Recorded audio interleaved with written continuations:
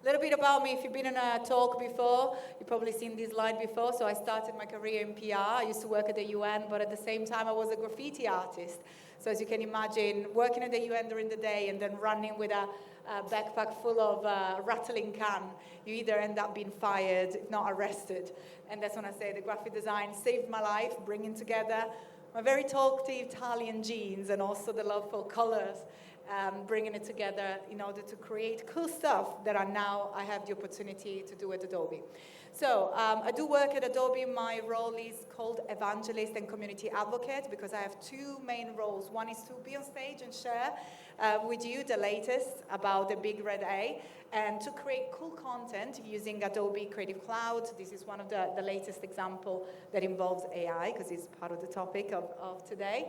And then the other, which is so important for me as well, probably the most important part, is to engage. I feel so fortunate that I get to engage with the creative community and get to have conversation with creatives, and most importantly, bring this feedback back inside Adobe to make sure that we work to improve the products in order to reflect your needs and your workflow. And that's what I say. I started with my Instagram, so you can reach out. So as I say, the talk today, and we're going to have an incredible guest with us, is AI, but most importantly, how human and AI come together. That's why the biggest topic here is, and how do we bring these two together? And of course, at the center of everything, and everything that you've seen in these incredible events, I've seen so many interesting talks today, is creativity. And creativity is a very human act of imagining, and that's what's going to be one of the biggest topics that I'm going to try and tickle out of our incredible guest. So how we as human imagine, make decisions, and shape reality, and shape ideas in order to convey meaning, to convey emotion, and all the cultural aspects that we bring whenever we communicate. So AI, and I would say the way that AI amplifies our messages really puts a focus on intention and what we decide to amplify, which inputs we decide to amplify. So I love to say this, that the more powerful machine it gets, the more visible your humanity gets, because we really get to see amplified what you choose to share with others. And I'm here to share with you the Adobe approach to AI. And in particular, instead of doing, usually if you see me on stage, I'm usually demoing and sharing Adobe product. Well, I'm here to share something that is the content authenticity, because I realize that so many creatives and so many designers are not aware of what the content authenticity is and what content credentials are. Is any of you familiar with content authenticity and content credential? I see one nodding, so we got one person in the room. So content credentials are like pretty much a nutritional label. Whenever you buy a product, you see all the information where that product comes from. And this is an initiative of which Adobe was a founder member that will allow to attach a series of information, which is basically a virtual signature. Is invisible. You will not be able to see it on your artwork, but is retained as metadata. And I'm going to show you a couple ways of doing that today. In order to make sure that, first of all, you know if there is any AI used in the work that will protect authenticity of human-made work versus work that is being created with AI. But most importantly, we'll do two other things. One, incorporate your authorship proper as an artist signature connected to your work, an invisible artist signature that is embedded as metadata into your work. But also there is an opportunity to tick and to request for other models not to train on your artwork. So you will be more confident sharing your work online, knowing that it cannot be used to train AI models. And let me share with you how does it work. By the way, there are websites like Behance, like LinkedIn, that are starting already to show this content credential whenever you upload images. So before we move in, let's go ahead and share the website here. So content-authenticity.adobe.com is the place where you can start. And then the way in which you apply, simply clicking on apply, is to drag and drop an image in. So here I have a banner. This is a picture that I created with different applications. And what I'll do, I'll simply drop it inside the content credential. And as you can see here on the left, I have already logged in with my Instagram, with my LinkedIn, with my Behance.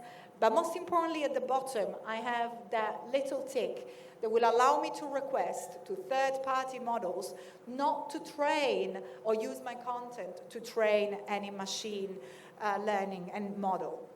So what I'm going to do here is to apply. And as you can see, it will create a copy of your image that has a different name, but most importantly, that has an embedded metadata, those nutritional labels that contain everything that we've seen so far. So here it is. We can go ahead and download it. So I'm going to go ahead and bring it back into my desktop. And as you can see, they have the extension of this little CR before the actual extension. So the name of the file is whatever that was, Claudia Banner, and then we have -CR with a date, which will enable me in the future, if someone goes and takes a screenshot, so let's say I'm going to use this for a campaign, and someone takes the screenshots and put it on their website, so here it is, that's a third file, let me go ahead and share it with you, for me to go and inspect and to prove that that's actually my work. So that's a screenshot. As you can see, is a screenshot of the one that I had the content credential applied to. So what I'm expecting here is that if I provide a screenshot, here we go, it already links the work to my work and show the authorship of the designer. So if someone else uses your work, you can simply take a screenshot on whatever website they uploaded, or even elements of it, because the entire visual is recorded here. And as you can see, you have all the authorship and also the link details. So you can prove your authorship, and this is to provide more transparency and protection of your own work. But the interesting thing is that if I go back and inspect, and sorry I'm going really fast because I know that we have incredible guests to welcome here, but I really think that this is useful for all of us designers. If I do go ahead and use, so that was the screenshot that I used. This is the one with content credential applied to it. This is my original one, which doesn't have any content credential applied. If I go ahead and inspect this one, which doesn't have our virtual signature, it says that there is no content credential found. It is my original one without the metadata attached. But I can go ahead and take it a step further, asking to search for matches. So it's going to look online inside of the content credential database, looking if there is something that is similar. And here it is. He actually found a match. He actually found a match that I recorded, which again, it can link you back to your work. So even if someone copies or takes part of your design, you will be able to inspect it and to find a match to your original recorded design. So all you have to do is to upload it in order to have this nutritional label virtually attached as metadata. They are invisible, but remember, before you share an artwork with client, just apply the content credential and then you can move on. Now, real quick, before we move forward, there is another way of doing that, which is in Photoshop. It's still in beta. Photoshop and Lightroom are the only app, actually alongside Fresco on iPad, in which you can apply content credential. If you go under the top window menu, you'll find content credential, and you can decide to apply all the different authorship links to yourself once you create and export. And it only works if you export as. So if you go save as, it will not apply it. It only works with export as. But there is a little message board that will remind you of that. Okay, so that was my piece. Before we move on into the panel, I just want to remind you of that. You know, the shift is not machine versus human. It's how we as human decide to use the machine and to use the tool. Because remember, AI doesn't have a taste. We humans do. And the way that we choose to use AI and to amplify your voice will make your taste very visible, because you're going to amplify whatever you have in your mind, whatever your imagination moves. So the real responsibility is on us and what we choose to create. And speaking on what we choose to create and accelerate, I actually want to move on real quick into our panel to see what our guests make with AI. So let's go ahead and welcome our first guest, which is Will McNeil. If you want to come on stage, and we have some of his work as well in the background. Let's go, Will.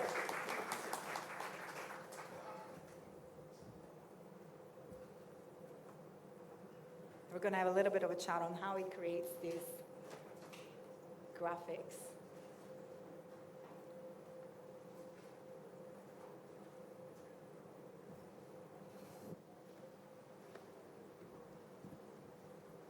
Welcome, Will. Thanks very much. So I'm going to ask you in a moment to introduce yourself, but I think we're going to move to introduce our other guests, which is They're Creative with Siobhan and James. Welcome up.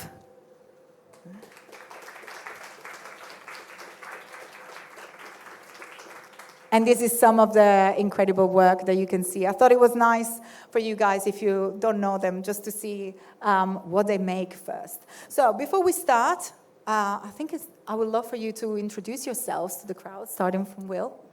Sure. Hey, everybody. So I'm Will McNeil. I'm a creative director. For many years, I worked at the Mill, and about a year ago, the Mill shut. So since then, I've been freelancing. My career started doing motion graphics, things like Cinema 4D. I used Houdini a lot. Then I moved into more kind of generative artwork, and I got really interested in interactive art. So I'm really interested in making things that aren't just things that I make all myself. They're projects where external controls get involved. So that might be data or AI or interactions from other people.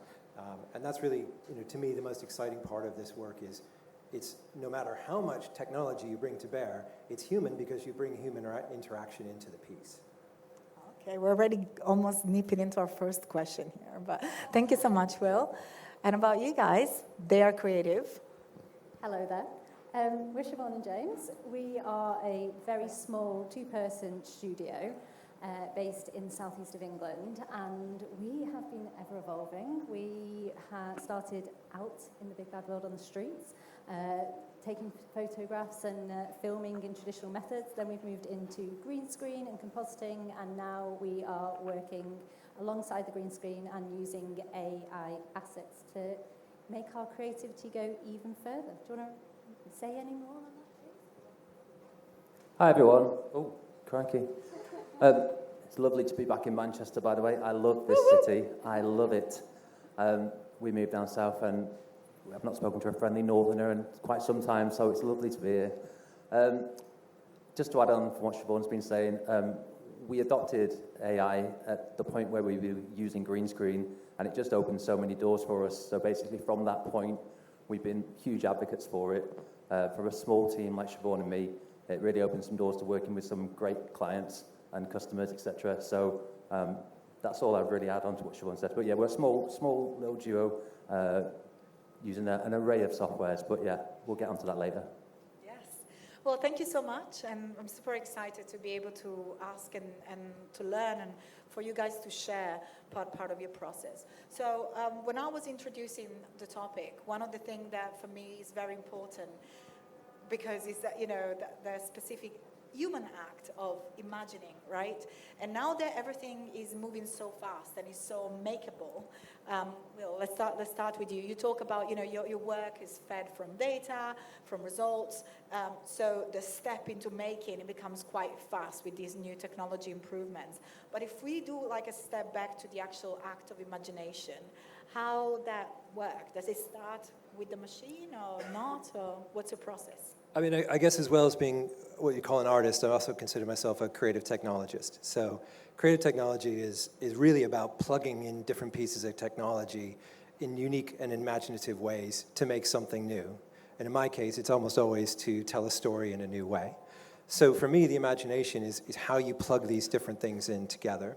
It doesn't really matter if there's a tool like AI involved, because still it's that process of bringing these components together to tell a story in a unique way that's where the imagination is. I'll give you an example. A couple of years ago, I did a project where we wanted to visualize the hate aimed at female soccer players, female football players, beg your pardon. And we did this during the Euros when the women won about 5 years ago. And we used AI to scrape Twitter mentions of the players to catch all the mentions, the uses of hate aimed at the players. Then that AI allowed us to score that information and create a generative art piece based on what we'd learned from the AI, from the machine learning tool. And then, using that generative art piece, we created unique shirts for the players on the team. So it's about how you take the tools that are there and use your imagination to use these things in interesting ways and empower new stories. So to shape the idea. Exactly, yeah. Amazing. And what about you guys, Siobhan? If you wanna start with this one, is really pretty much the same about the process, but of course in your category and in your environment, which is also very fast-paced. We were looking about social media before, and you were like, yeah, we're always like, on the clock to create quick and fast. Where does the idea come? So for ourselves, it normally starts with a story, whether that's come from whether it's come from a story that we want to tell personally, or whether it's come from song lyrics that we find. There's always a lot of feeling and storytelling involved, and AI is just the tool that allows us to make that imagination go further. I'll be honest with you, in traditional terms, I actually found my creativity was limited a lot. We don't have huge budgets, we don't have huge teams, and sometimes our ideas were way bigger than what we could actually physically do, and so our treatments were quite limited. Now we can really make those ideas happen, and I'll tell you that using AI is not quicker. in our experience, it takes a long time, a lot of reiterations, and it's just a different tool that we're using to get there. Yeah, I'd second that. It's just a tool. I think a lot of us, if we're in this room, I think we know that, don't we? It's just a tool in terms of it's another piece of the artillery used to make creative work. It shouldn't stand in the way of creative work at all. We access it on a daily basis, be it as a writing tool, a writing aid, for creating briefs, etc. In terms of, I was speaking to Will earlier before we came here, and it's the golden age of experimentation. It really is. Even if you're not using AI, there's so many softwares out there and possibilities that we can all go and have a go at, and you can use AI and normally feed it back in. So I've been using Touch Designer recently, just getting into it, and I'm looking forward to bringing some of that AI artwork and pushing it through Touch Designer and seeing what's possible. It's just really, it's like in my opinion, a golden age for experimentation, absolutely. So really transforming those ideas into visual quick. Fail fast and experiment until you find the visual direction. Yeah, I mean, Siobhan touched upon speed. I think for ideation, it's lightning. For iteration, it's lightning. You can really start to get stuck into changing and iterating small parts of images that are created and then extracting the asset to move forward with it again and again and again and again, just like you would if you were using the tracing paper technique of making a logo or something of that nature. So once you get into production, obviously it can take ages, like it normally does. But that's what I was taking mental notes for our engineers, really quick ideation, very slow output. Not always. I mean, I think we'll be able to shine some light on the more pro pipeline methods and things like that. So using a company and all this sort of stuff in terms of how you can make a more reliable and thoughtful pipeline for doing work repeatedly. Yeah. Amazing. And I'm actually going to take it from there when you talk about reliable outputs, because let's take it back to my second topic. So my first topic really was imagination, where that starts, but then we have a very second important, which that's why I wanted to use also and share the content credential, which is authorship, right? Like, how do we give that shape that reflects our choices? So where do you think, at what stage do you think that your authorship, your curations comes up? Like when because of course the results are very unpredictable, right? I mean, I come from a studio background. I work for studios that make commercials. I know about the iterative process of making a commercial. You can't just keep spinning the dice, rolling the dice, and hope that you're going to one day get to the result that your commercial client is asking for. They're long, iterative processes where things happen one small change at a time, over and over again until you get where the client wants to be. And so in order to make that happen with AI, you need to break it down into its parts and figure out how you can actually control it. For me, that means using tools like Comfy UI, where I'm accessing the unique modules of AI one piece at a time, and I'm able to feed in a lot of controls. So I can train my own adapters so that I can control the art direction. I could input my own 3D renders, grayscale renders, to control where my camera goes, that sort of stuff. I can train the models on the color palette of a client, all that kind of stuff, to try to bring this whole black box of AI into much more of a kind of a bunch of fragments or nodes that fit into a studio pipeline. It's not going to get you exactly where a studio pipeline would get you, but it certainly can help in parts of that process. For me, it's the most powerful is in the conceptual side, where you're trying to try out a lot of different things and put them in front of clients quickly so that they can you can help them make a decision about what they actually want. And if you're working particularly in kind of the motion graphics world or the more abstract world, that's really important because it's very hard to find a language with a client that you don't know very well, where you can all agree, what does a hyper-realistic car look like? What does a psychedelic mountain look like? If you can put a whole bunch of images in front of a client that are art-directed the way they should be, then you can get there much, much faster and also eliminate a lot of the scary parts later if there's a disagreement. Yeah, I love that. That's what I was saying, like ideating and transforming ideas faster. But I love the way that you were talking about breaking down the process, because I work more into compositing myself, and I have a similar approach in like breaking it down almost as a collage, and then go back into Photoshop and make sure that each part of the puzzle comes together. That's in terms of control of the output. But yeah.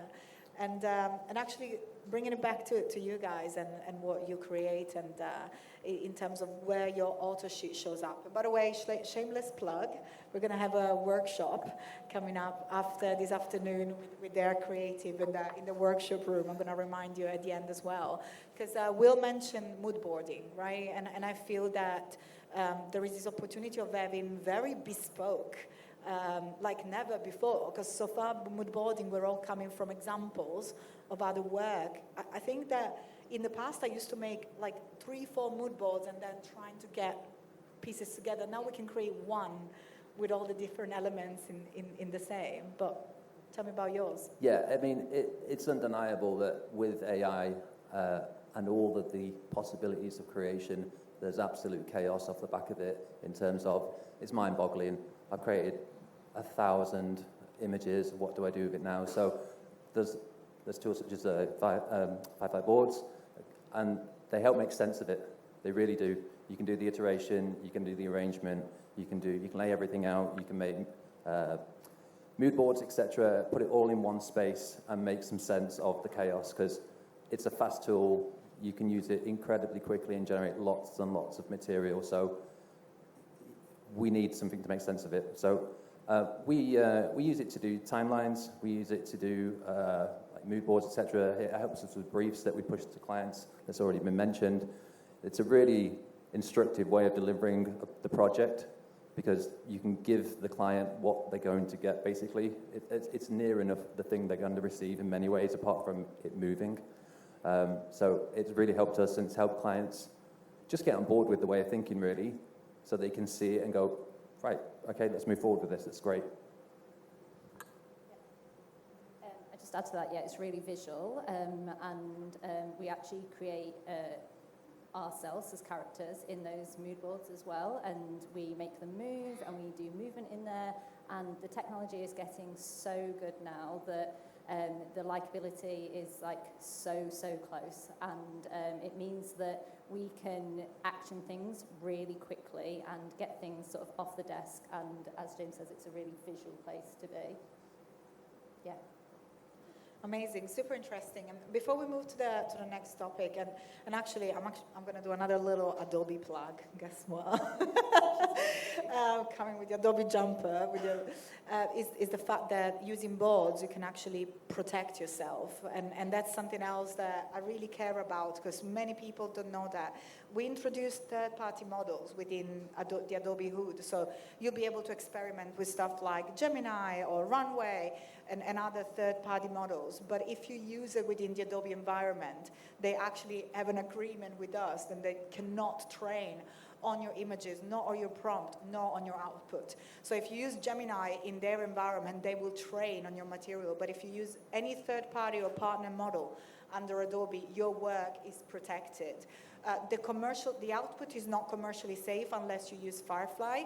Firefly is the only one that guarantees you by contract they use commercially safe, because the model is not trained on not copyrighted material. But for creators like yourself, use your face over and over again, or myself, I do the same. It's fantastic that you can do that safely, knowing that you can put your own picture and no model will train on your features. So as much as this is a plug, I think it's actually an incredible benefit for all of us creators to work in a safe environment.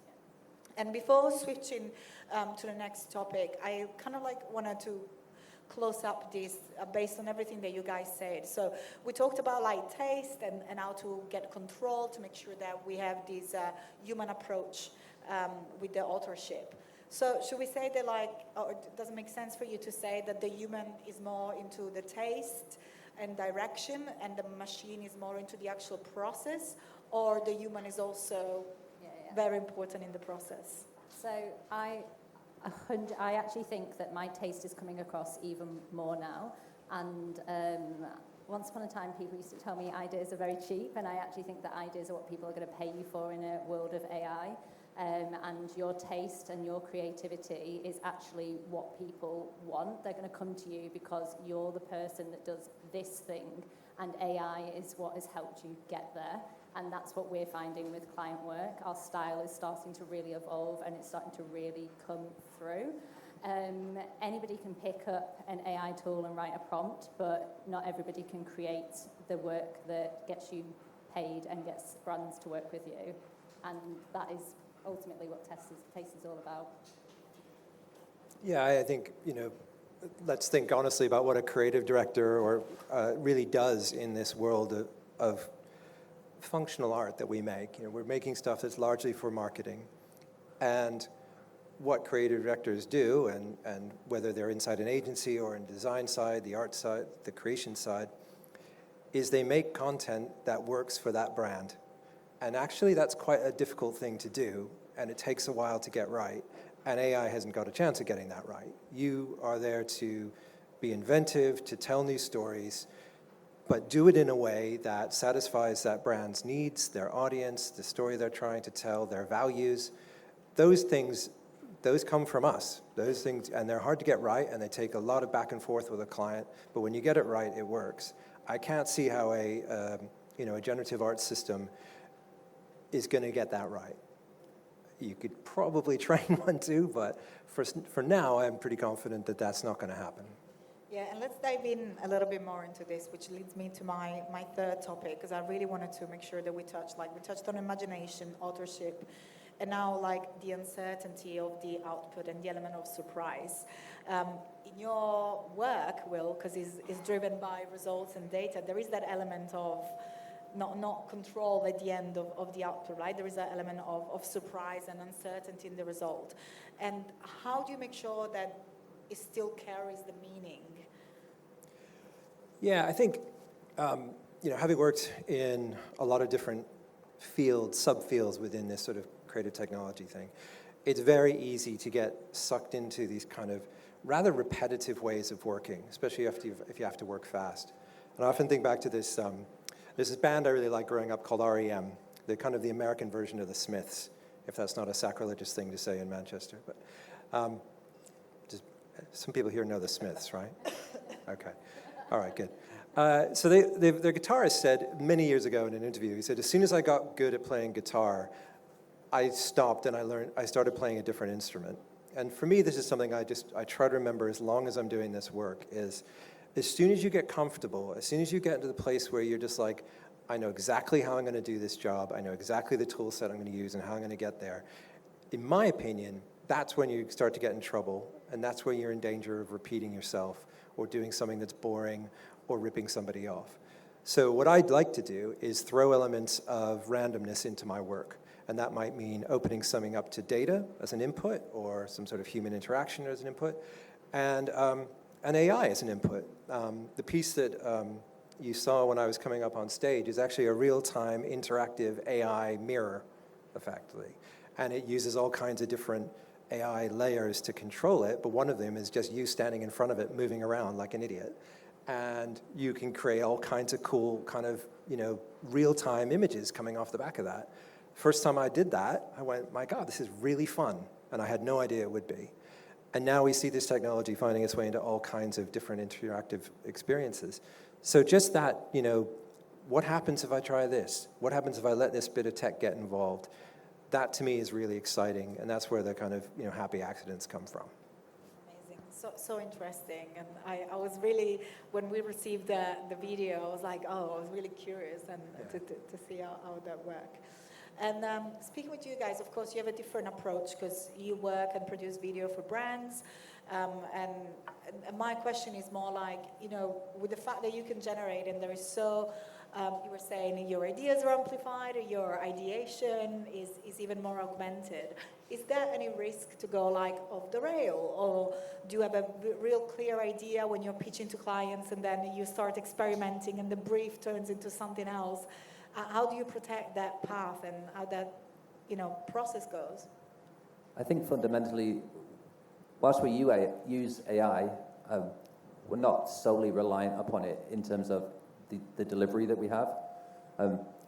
We go in with the ambition to make something and make it look a particular way, and we're using AI to get to that point. So we're not necessarily just running prompts and then that's it. We're usually using many, many tools after that fact. So retaining control is really important to us, super important in fact. And just harping back, like a few years back when we were starting to experiment with AI and questioning whether or not we were doing the right thing, because, well, let's be frank, the output wasn't great. It wasn't great at that point, okay? And we're talking a few years back, and obviously it's improved immensely, and this gives us, so much confidence moving forward with the tool. And it's gonna, I'm absolutely positive that if we stay on this path and use the tool correctly, our style will start to shine via this tool. And that's not to say we're stealing the style of other people, because we're using the tool in a proper way. We're using structured reference, we're drawing things and giving it input after input after input in order to give, the work that we want back from the tool. I think that's just a really important point to make, that if we consider the use of AI in the simplest terms, then yeah, it's not what we want as, let's say, creatives, so to speak. But if we start to use the tool correctly, as far as I can see it, then your own style will shine with the help of it. Yeah, I love the way that you phrased that, because I had this experience not too long ago. I was creating some content, and if you guys know me or any of my work, I'm an Illustrator girly, so Adobe Illustrator is where I spend 99% of my time, unless I'm forced to do otherwise. And when I do experiment with Firefly boards, something that I've done recently is actually putting my vector work and then try some prompt to create. I do lots of plants and lots of gardens. So I got my illustrations a prompt with Firefly and experimenting. And I almost felt like it was if I was hallucinating, because I could see, before illustrating, I have the plant in my brain. And then I try to turn, I do the sketch and then I turn it into a graphic. And then it turned into a real thing with AI. Like you say, like pushing your own. No, but my plants are really weird, by the way. I don't do like normal, that they're like surreal. So it was almost like as if I was having a little trip with my imagination becoming reality. And no one else could have done the same, because that was coming from my own work. So I really love that direction. Now, another topic which I think is very dear to everybody here is how the industry is changing, because of course, yeah, it is a tool, it amplifies our work, it amplifies our voices, it's our human voices, but, the industry is taking shape around these tools. And Will, I wanted to ask you, with your experience, especially in agencies, and how do you think that the role of a designer, do you think that would change? Do you think that we're going to have different roles coming up with all these new AI tools? Right, okay. Simple question. Yeah. Well, obviously things are evolving and changing, but they've been doing that for a long time. I think we've reached a point where hopefully I think people are starting to realize that this isn't going to eliminate a whole bunch of jobs, creative jobs. There's a lot of work that I think agencies do, advertising agencies do, that probably will be shifting over to AI-generated content. From my experience of working in a studio that made a lot of content for ad agencies, I'm fine with that, because that wasn't the content that I wanted to make in the first place. Now, as far as I mean, let's imagine back to 3 or 4 years ago. I worked in a motion design studio. We were constantly creating content. I have absolutely no doubt that if that studio was still around, that my work would now involve probably using AI tools about half the time. Not necessarily to make final content, but to generate the images that we put in front of the client that get us to the next step. And you mentioned mood boards. I'll say, nowadays, I don't really make as many mood boards as I used to. I often just go straight into concept frames because it's actually faster to generate them. And you can work with clients and say, okay, you don't have to imagine every layer of this now. Some of it I've actually been able to bake into this concept on day one. And now you can see that mood applied to that concept. So yes, I think definitely in that side of the world, if you're in a motion design studio, branding studio, chances are these tools are going to become part of that workflow. And I would encourage you, if you haven't tried them, to try them and see if that's something you want to use or not. In the work that I do now, which is create interactive experiences, AI is becoming the engine of those experiences. It is something that we are plugging into that work, not in a way to sidestep the creative process or sidestep some part of the work, but as a way to enable things that we simply couldn't do before and to make our work more engaging and exciting. Yeah, very, very interesting and definitely a broad topic. But I love your invitation to experimenting, because I think that that's the only thing that we cannot afford as creators not to do, to stay ignorant. Yeah. And just to shut our eyes as if it's not happening. Yeah, but I will say don't be forced to use these things. Correct. If you don't want to. There's still there has to be room for people who want to work any way they like. Yeah, getting to know the tools, and then, with all the tools that we have in Creative Cloud, if everybody used all the tools, it would be madness. Well, that's another thing that I think is a bit interesting about this. There seemed to be this sort of threshold moment where suddenly people said, oh, now, Photoshop has machine learning tools in it. It's had them for, 6, 7 years? Yeah, our dear sensei. Yeah. Nobody cared when it was our little sensei. Everybody loved it because it was the content aware and really all these quick actions that we had embedded. But yeah, super interesting. And I would know that we are at time, but I know that there is a little break, so I'm going to stretch this if that's okay with you guys, 2-3 minutes. Yeah. So the question to you was more similar topic regarding how the industry is shaping, of course, within your brackets, because you both are directors. So do you feel that the art direction will be more focused on concepting and ideation versus, you be more hands-off versus what you used to do in the past? So I'm going to push in on the last question as well. I also, whilst people are having to evolve and maybe, as Will said, some agencies are having to move forwards, I also think that it's bringing people that were never given the opportunity to become a creative director. It now means that people can make films that didn't have access to equipment, that didn't have access to resources. And it now means that we're probably going to see some new talent come through that we would never have seen. And there is some really amazing work coming forward from people in parts of the world that would never, ever get the opportunity to make films. So triumph of ideas and real creation. Yeah. Sorry, Claudia, I really diverted off your question. No, I love it. I just really wanted to say that. Yeah. So sorry, what was your question again? Well, I think it was pretty much on point, because it was in particular for you guys as directors, do you think that it would be more idea focused versus process?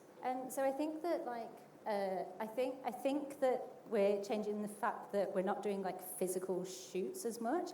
We used to spend a lot of time going out and location scouting. I think that the world and the fashion industry, etc.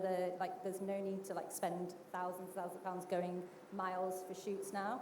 So I think that area is less tactile, but I think that you're hands-on in a completely different way. Do you want to add to that, James? I absolutely agree with the point Will made about going straight in terms of that process of ideation and just going straight in. That's just the most salient point ever in terms of speed. Just give me the question again. Yeah, it's all right. The question is, as director, do you think that your role will be more in ideation versus process? So a little bit less hands-on. So more focus on the concepting on the ideation side than production. So for us, our production is still pretty hands-on, but we actually took our green screen down last week. I know. What? I know, right? I was going to build a virtual production studio. So we got like a separate building, and it's a large enough space to put a virtual production studio in. But I'm not going to do it anymore. I'm not going to do it at all because I believe that these tools will get me where I want to be. So in terms of the rig, the lights, the cameras, we're actually using them less and less as we go along, and we're just in the edit suite. That's it. Super interesting. And I know that we are over time. I had a little cheeky extra question, and I know that you weren't aware of it, but I gave Siobhan a little bit of a nudge. So if nobody wants to answer, it's on you, Siobhan. Look at me making a mess. And the question is, we were talking even before coming on stage, whenever we, very transparently, whenever we approach AI, and I do different talks, whenever I talk about Photoshop or Illustrator, everybody's happy. Whenever we talk about AI, you start to feel the fear in the room, very polarizing topic, and sometimes you're like, oh, is the room going to be empty? Because we're going to be talking about artificial intelligence. So what I wanted to ask is, and I've seen so many big brands that are doing like human-made, only like no AI, no AI. My fear and what I really don't want to happen is for those who experiment or are successful in it, if there is any shame in actually, or fear in saying they use AI. So the people that know our work and can see how we use these tools, we get no shame. Our audience has grown with us. They can see that it isn't just the fact, we're not just writing a prompt and being like, here's our work, that it's coming from us.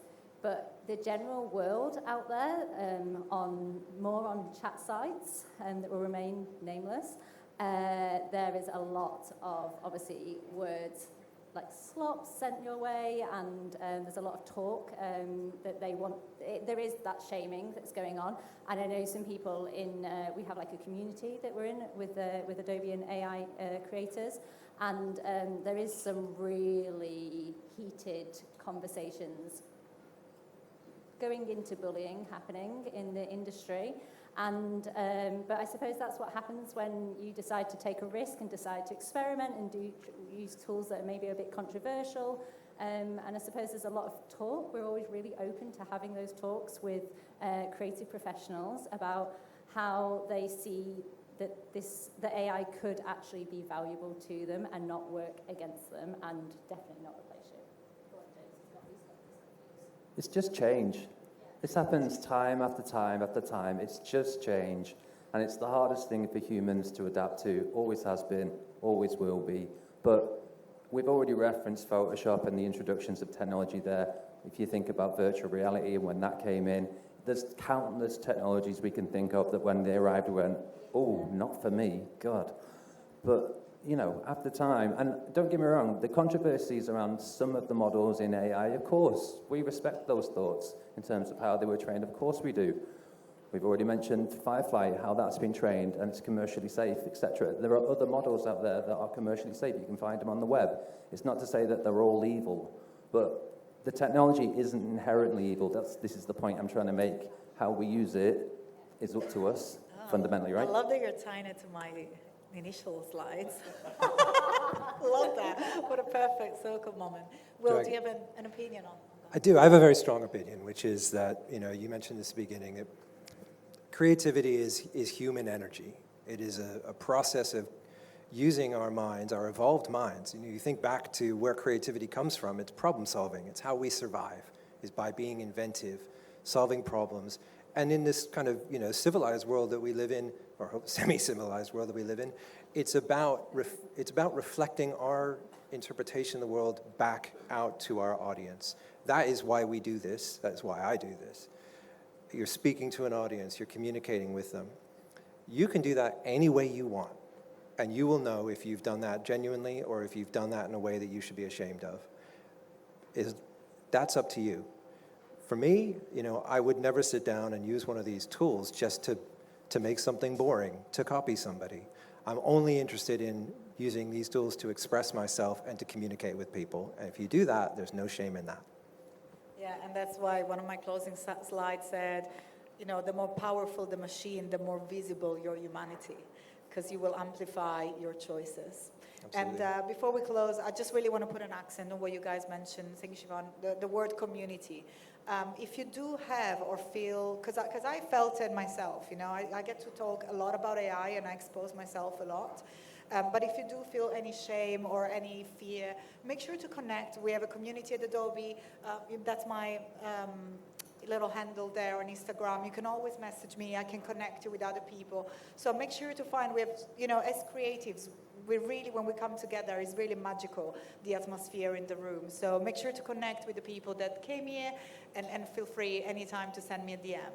So thank you so much. We've run way over time, but it was super interesting. Thank you so much for all the wonderful thoughts and experience that you shared. Thank you, guys. Thank you. And thank you for your patience here. Thank you. Thanks, everybody.